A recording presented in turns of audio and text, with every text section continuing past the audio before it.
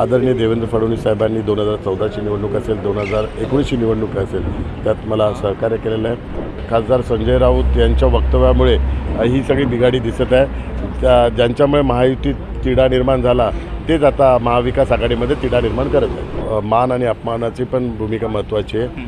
आदरणीय प्रकाश आंबेडकर साहेबांचा अपमान महाविकास आघाडीने वेळोवेळी केलेला आहे. मला उमेदवारी जाहीर झाल्यानंतर आज तुम्ही थेट भेटीला सागरवर आले. कालच शिवसेनेचे मुख्य नेते, महाराष्ट्र राज्याचे मुख्यमंत्री आदरणीय एकनाथ शिंदे साहेबांनी माझी उमेदवारी घोषित केलेली आणि महायुतीचा उमेदवार म्हणून महाराष्ट्र राज्याचे उपमुख्यमंत्री देवेंद्र फडणवीस साहेबांना मी या ठिकाणी भेटायला आलो आणि त्यांच्या शुभेच्छाही घेतल्या. कारण महायुतीतला घटक पक्ष, प्रत्येक पक्षाची भूमिका अत्यंत महत्त्वाची आहे आणि ह्यापूर्वी आदरणीय देवेंद्र फडणवीस साहेबांनी 2014ची निवडणूक असेल, 2019ची निवडणूक असेल, त्यात मला सहकार्य केलेलं आहे.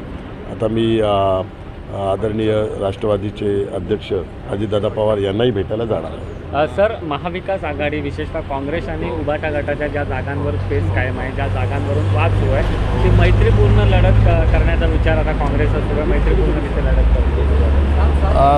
यापूर्वीच महाविकास आघाडीमध्ये बिघाडी आपल्याला दिसलेली आहे आणि खासदार संजय राऊत यांच्या वक्तव्यामुळे ही सगळी बिघाडी दिसत आहे.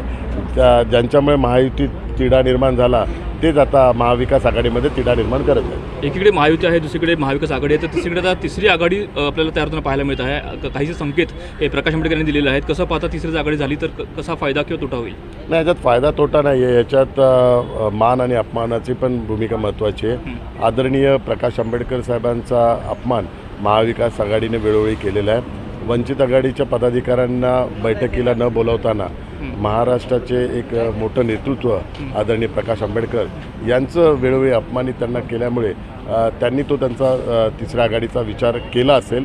परंतु जसा काँग्रेसने डॉक्टर बाबासाहेब आंबेडकरांचा त्यावेळी अपमान केला होता, तीच परंपरा आता काँग्रेसने पुढे चालू ठेवून महाविकास आघाडीत काँग्रेस पक्ष हा मोठा पक्ष आहे आणि तीच परंपरा पुढे चालून त्यांनी आदरणीय प्रकाश आंबेडकर साहेबांचा पण वेळोवेळी अपमान केलेला आहे आणि महाराष्ट्राची जनता हे ते बघत आहे.